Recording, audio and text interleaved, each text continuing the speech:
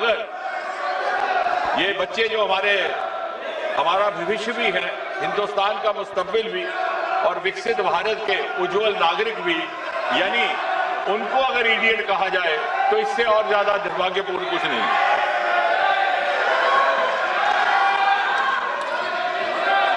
मुझे ये भी हैरानगी है कि नेता प्रतिपक्ष को सार्वजनिक जीवन और प्रशासनिक प्रणाली की जो बुनियादी बिंदु है उनकी जानकारी का भी अभाव है। सबसे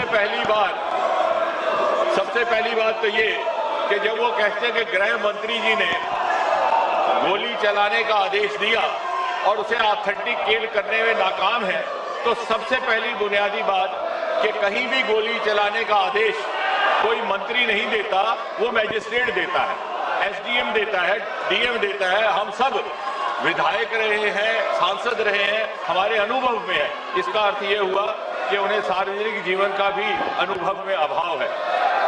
दूसरी बात, ये बार बार स्पष्ट किया गया कि गोली चली ही नहीं,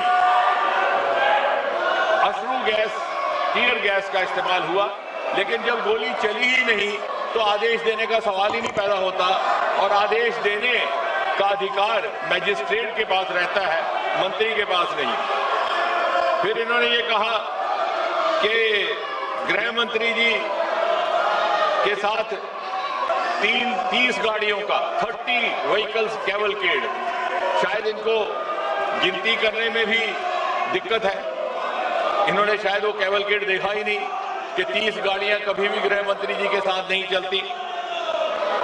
फिर इन्होंने ये भी कहा कि गृह मंत्री जी विदेश गए हुए थे। हम में से किसी की जानकारी में ऐसा नहीं, कहीं कोई प्रमाण नहीं, क्योंकि विदेश जाने का सवाल ही नहीं। गृह मंत्री जी कभी भी विदेश नहीं गए। तो यानी तथ्यों के बिना, सत्य के बिना गैर जिम्मेवारी से इस सदन में बात कह देना और फिर कह करके निकल जाना, यह किसी जिम्मेवार नेता और विशेषकर नेता प्रतिपक्ष का व्यवहार हो ही नहीं सकता। अब यह भी कहा गया, अब इन्होंने एक कहानी सुनाई, तो मैं भी एक कहानी सुनाना चाहता हूं, और ये कहानी है 21 जुलाई की। 21 जुलाई को नेता प्रतिपक्ष नामालूम क्या सोच करके और किस उम्मीद से जाकर के बैठ गए 7 LKM प्रधानमंत्री आवास के फाटक के बाहर। अब नामालूम क्या था मन में। अब मेरा विभाग ऐसा है जो शोध के साथ ताल्लुक रखता है। जब इस पर थोड़ा सा मंथन किया तो ये संभावना लगी कि शायद बहुत जमाने से इनको ये हसरत सता रही थी कि देश इनको प्रधानमंत्री चुने और 7 LKM में बिठाए। अब इनकी जब वो हसरत पूरी ना हुई तो निराशा और फ्रस्ट्रेशन से हताश होकर के वो प्रधानमंत्री आवास 7 LKM के दरवाजे पर जा बैठे। और फिर जब इनको बड़ी विनम्रता से समझाने का प्रयास किया गया कि ये आपको शोभा नहीं देता, तो इन्होंने कहा कि मुझे उठा लिया जाए। ना चाहते हुए भी जब पुलिस को इनसे ये निवेदन करना पड़ा कि आप हट जाइए, तो बड़े बेगैरत होकर के वहां से निकले। और जैसा कल हमारे एक माननीय सदस्य कह रहे थे, शुरू में तो ये उस आंदोलन के साथ जुड़ने में गुरेज कर रहे थे। इन्हें लगा कि आम आदमी पार्टी का आंदोलन है, लेकिन जब आंदोलन इन्हें लगा कि उठने लगा, तो इन्हें जो माननीय सदस्य कल कह रहे थे, जेन ज़ी की जबान में MIA हो गया। MIA मतलब मिसिंग इन एक्शन, जो हमारे जेन ज़ी की भाषा है। और दूसरा, जैसा कल बताया गया कि FOMO, fear of missing from action, और इसलिए ये जाकर के वहां बैठे। और फिर जब इन्हें उठाया गया तो जो इन्होंने दृश्य वहां पर दर्शाया अपने उठाए जाने का, तो क्या वो गालिब का शेर है कि बड़े बेगैरत होकर तेरे कूचे से हम निकले, बड़े बेआबरू होकर तेरे कूचे से हम निकले, बहुत निकले मेरे अरमान लेकिन फिर भी कम निकले। यानी वो जो दबे हुए अरमान है 7 एलकेएम में जाकर के बसने के और नेता बनने के, वो ना जालू किस किस प्रकार पिछले एक सप्ताह में जाहिर हुए। मैंने 40 से 45 हमारे वक्ता रहे, सबके सुझाव भी नोट किए, बड़े ध्यान से भी सुना।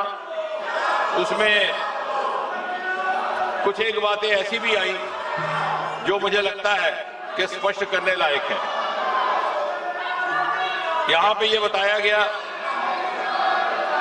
हमारे कांग्रेस के नेता गगन गोगोई जी ने कहा कि मासूम बच्चों पर जुल्म और सितम ढाया गया। शायद उन्हें ये मालूम नहीं कि utmost restraint was exercised and it was made sure that casualties don't happen.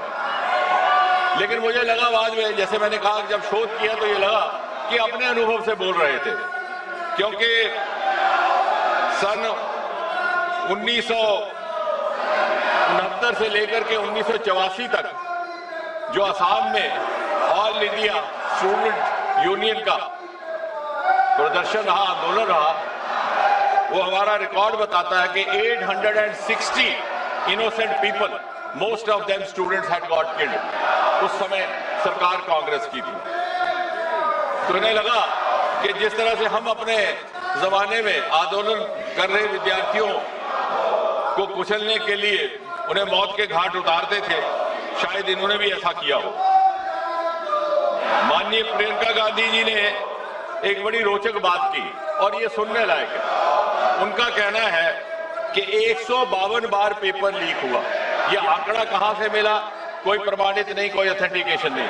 लेकिन उससे भी अधिक दिलचस्प बात ये है, वो कहती है कि 150 papers leak, 150 times the paper leak happened, which affected 750 crore children.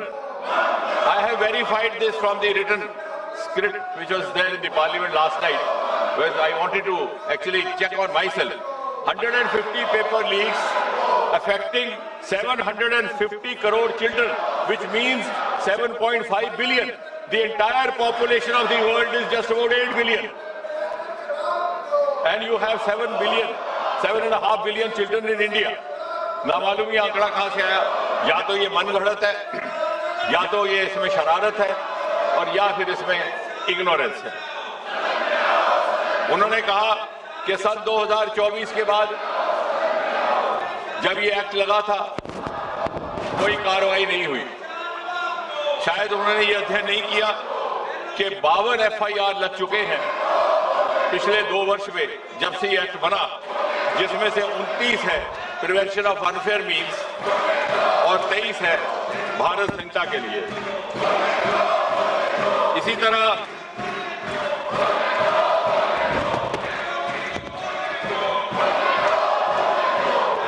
Venugopal जी ने कहा कि हमने स्कूल बंद कर दिए। शायद वो ये कहते कि हमारे हायर एजुकेशन के अवसरों में 30% बढ़ोतरी करने का ये काम इस सरकार ने किया है। We have increased the number of universities from 760 to 1,293. I am not saying anything without evidence. The number of higher education institutions has been increased from 51,534 to 64,896. इसी सरकार ने ट्राइबल्स के लिए एकलव्य विद्यालय भी बनाए और इसी सरकार ने national education policy 2020 lie, which is a game changer and which should have happened actually. वो एक आपका अधूरा काम और आपका पाप था। उसका नॉमेनक्लेचर भी गलत था। Human resource development is a nomenclature used in the corporate sector and other places to refer to personal management and you had made young children prisoners of the subjects chosen for them in class 12 by their parents, by their guardians, by their elders. NEP 2020 has liberated our adolescent children from these subjects that they took up for class 12 and given them an aptitudinal freedom. अर्थात यदि कोई माता पिता अपने बच्चे को 12वीं कक्षा में 12वीं जमात में मेडिकल के सब्जेक्ट चुनने के लिए इसलिए हिदायत देते हैं कि उन्हें ये उम्मीद होती है कि वो आगे चल करके डॉक्टर बने, और किसी कारण वो नहीं बन पाता, तो पिछले जैसे हालात नहीं कि वो बीएससी भी उन्हीं सब मजमून में करेगा, एमएससी भी उसी सब्जेक्ट में करेगा, पीएचडी भी उसी सब्जेक्ट में करेगा, ना चाहते हुए भी he becomes prisoner of the subjects. Here we have entry exit. अगर वो डॉक्टर नहीं बना और उस डॉक्टर बने बगैर वो सब्जेक्ट्स को आगे अध्ययन जारी नहीं रखना चाहता, तो वो लिटरेचर में जा सकता है, मैथमेटिक्स में जा सकता है. There is a democratization of higher education across the country. और इतना ही नहीं, यही वो सरकार है जिसने मेडिकल एजुकेशन में भी, क्योंकि मेडिकल एजुकेशन के हवाले से बात हो रही है, एम्स की संख्या 7 से लेकर 22 तक बढ़ा दी. गवर्नमेंट मेडिकल कॉलेज की संख्या 387 से 844, एमबीबीएस सीट 51,300 से 1,39,000, पोस्ट ग्रेजुएशन सीट्स 31,100 से 86,300 तक. अब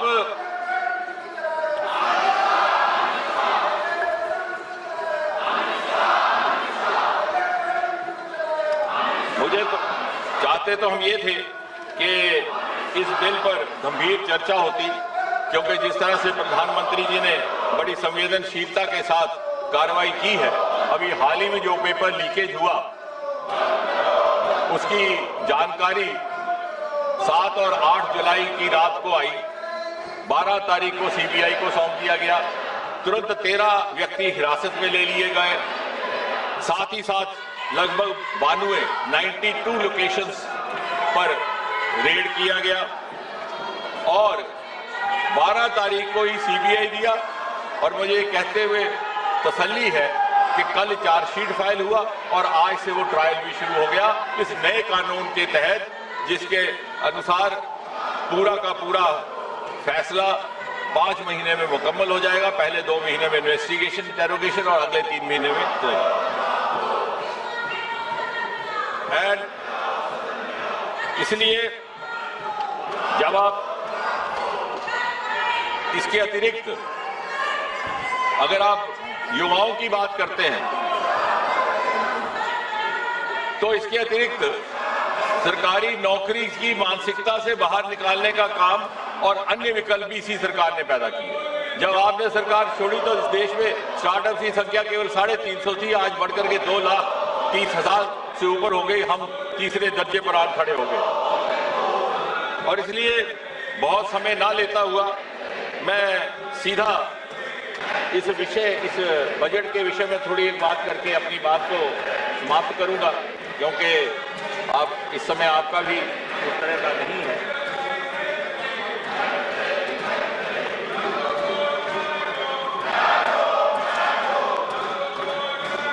इस बिल की ये खासियत है कि the public examination prevention of unfair means amendment bill 2026, इसकी कुछ एक धाराएं मैंने कल भी व्याख्या की थी. कुछ और तफसील में अगर आज जाने का मौका है तो मैं कुछ ही क्षण लेकर के इस बात को कंक्लूड करता हूं.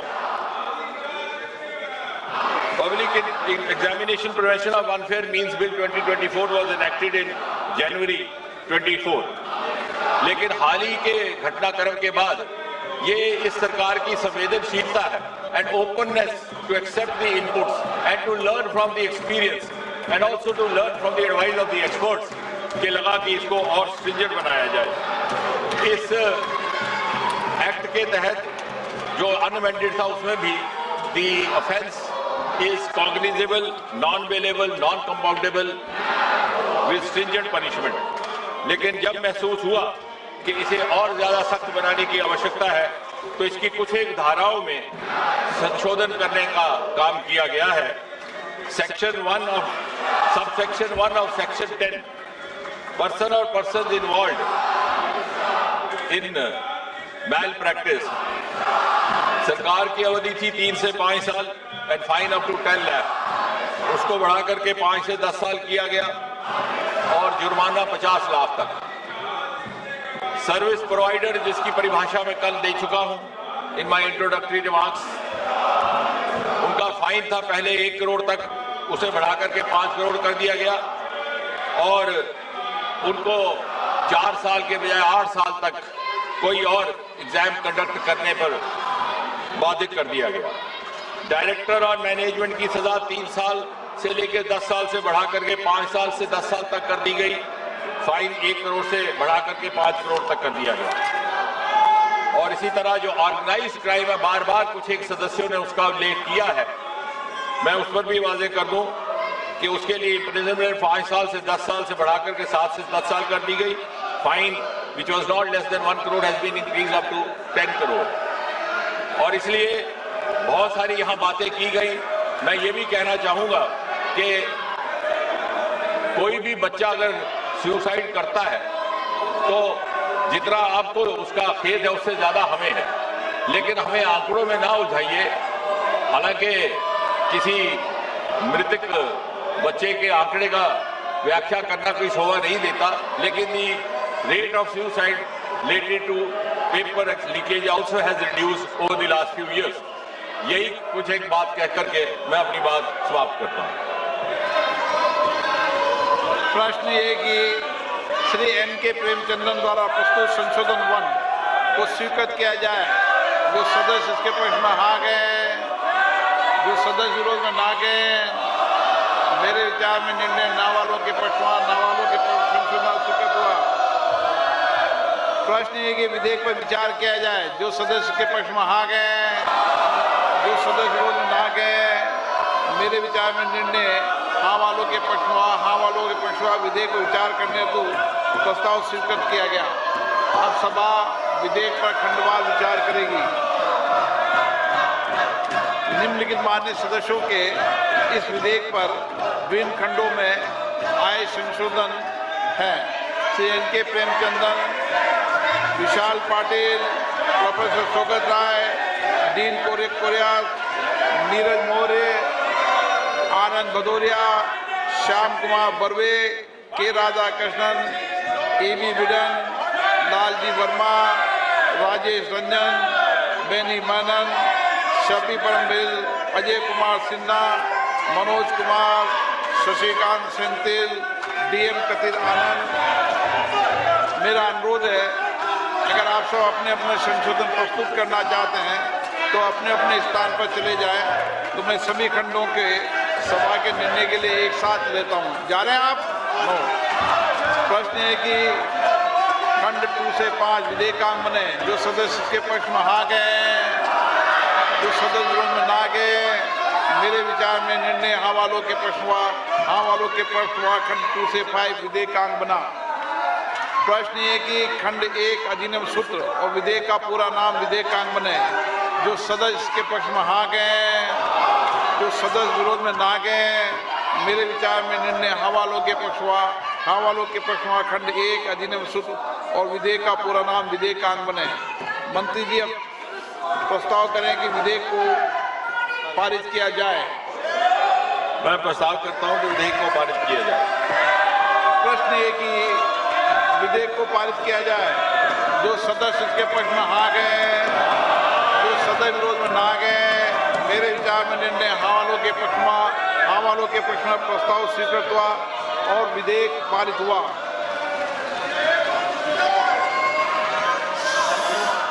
सभा की कार्रवाई कल गुरुवार दिनांक 30 जुलाई 2026 को 11 बजे तक के लिए स्थगित